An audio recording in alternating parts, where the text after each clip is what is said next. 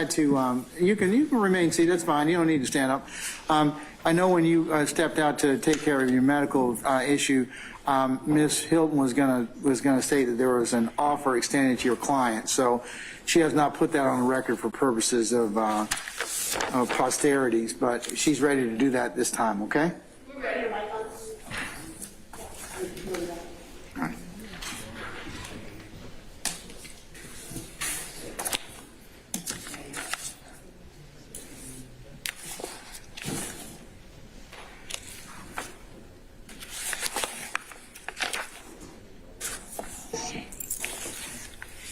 Ready, Your Honor? Yes, ma'am, go right ahead. Your Honor, as it relates to Mr. Tanquarius Mender, Mr. Mender is charged with count 1 of the indictment, conspiracy to violate the Racketeer Influence and Corrupt Organizations Act, which carries a sentence of 5 to 20 years. He's also charged with count 44 of the indictment, which is possession of a weapon by an incarcerated individual, which carries a sentence of 1 to 5 years. Count 45, possession of a telecommunication device by an incarcerated individual, which carries a sentence of 1 to 5 years.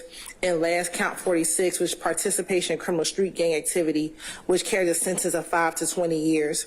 Mr. Mender is an ANC recidivist.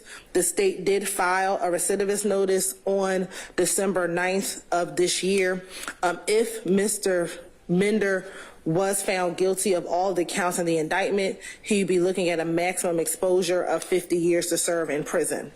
And now, could you explain the difference, I think, for Ms. I'm sure that Ms. Fagan has probably explained that to her client, but can you tell Mr., for the benefit of the record and for Mr. Mender's benefit, what potentially may happen if he were to be convicted of any of these particular counts? Like what would, under A or C? Yes, if he's convicted of any of the counts, as an ANC recidivist, Mr. Mender, you would have to get the maximum amount on for that charge, and then whatever time the court gives you, which if was to be the maximum, you have to spend every day door to door, which means you have to spend every day in custody. You get no good time. No. It's a to-the-door sentence. Yes, he would get any credit for a time served. Of course, yeah, absolutely. But anything else would be a full sentence door to door. So his max is 50 years? Yes, Your Honor. Okay, and what's the state's offer? Yes, Your Honor. The state's offer for Mr. Mender as to count 1 is 16 years to serve 1 year, commuted to time served, with a balance of 15 years on probation. The state would offer that his probation could be terminated upon successful completion of the first 10 years of this sentence, provided that he violated no provisions of the agreement or no special conditions of the agreement, and that he violates no law of the state of Georgia.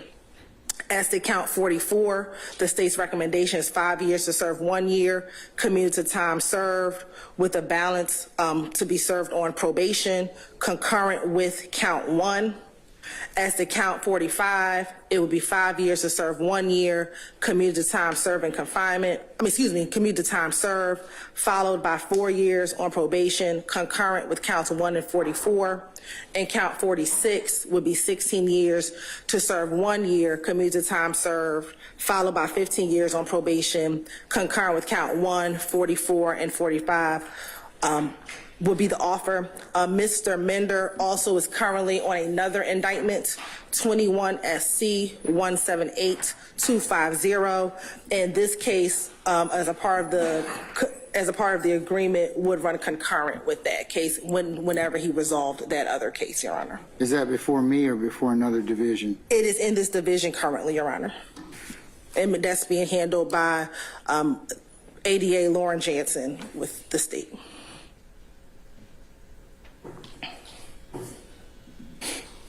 Does he have bond on that case ending in 250? I don't believe he has a bond on that case. No, he has a no bond status. But on this case, he could go home today. Correct. If he was given a bond, he would. Okay. This case, he would not have served any jail time on this case. Okay. And that offer will also conclude today, Your Honor. All right. Ms. Fagan, have you communicated that to your client in terms of is that to correctly summarize the plea agreement or the potential plea offer, I should say? The only change was that he wasn't aware of the concurrent status for the second case. At this time, though, he still maintains a not guilty plea, Sure. respectfully rejects the offer, and we announce ready for trial.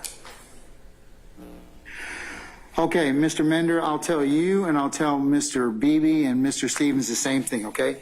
At this point, you have the absolute right to plead not guilty, and that's what the law will presume, and the court will, of course, instruct that you have a presumption, as the presumptions and protections you enjoy as a criminal accused. You have to decide for yourselves what you want to do in this particular case, depending upon the results or the outcome of the trial. The only thing I would tell you, Mr. Mender, is the most, and I'm sure that Ms. Fagan, she is a very fine attorney. Seen her work. But trials, there's one thing about trials, it's uncertainty. You don't know what's going to happen. So you got to beat 4 counts. If you don't beat them, what will happen is, under this A&C recidivist statute, I have to, under the law, sentence you to the maximum sentence. And then whatever I sentence you to, you serve to the door. That's not anything I have any discretion over. It's not anything because I don't like you or because of what you're being charged with or whatever. Those have nothing to do with anything. That's what the state of Georgia, the legislature has mandated that I sentence you to. So one of the things a plea does is you know what you're getting. It caps your exposure. So, and what the state's telling you today is if you take the plea today, this is what you're going to get, and this is what I probably sentence you to. And you're done. You got to decide that for yourself. You can't be worried about any of these other folks that are attached to this indictment, because a plea is individual to that particular person for those particular reasons that he or she feels is a best interest to them, not anybody else. So if you want a couple minutes out to talk with Ms. Fagan about that, nobody will be the wiser. And certainly, but if you don't wish to do so, that's fine too. You'll get the fairest trial that the law demands and expects you to get. You will get that. I, as your trial judge, will make sure that that occurs. But one of the things I cannot do is I can't force the state at the end of trial to pull this recidivist notice. If you get convicted, they can maintain it and you'll serve every day of it. And Ms. Fagan can ask them to pull it, and they can say no. I can't make them do that. So you got a lot to think about. So I'll give you a few more minutes to ponder that, because that is, when they file a recidivist notice, that is, that they have basically, in poker terms, they've called. Like, what do you want to do? So I'll let you think about that, and you can let me know, and if not, then we'll see you next week for trial.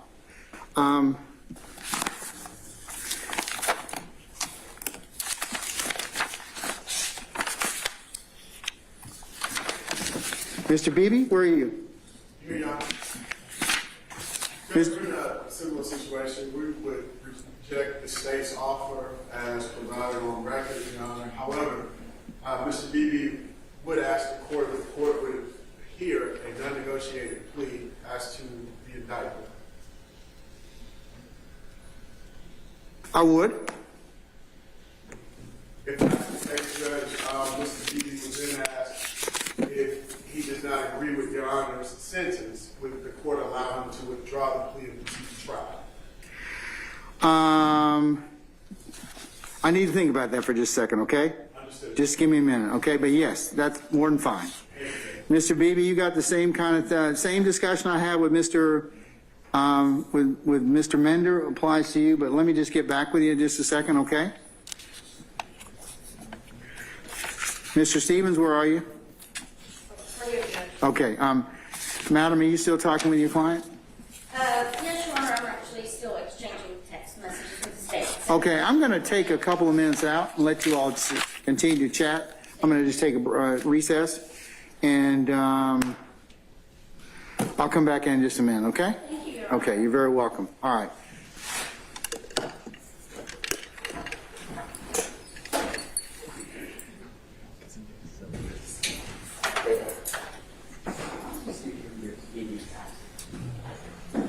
Need your phone?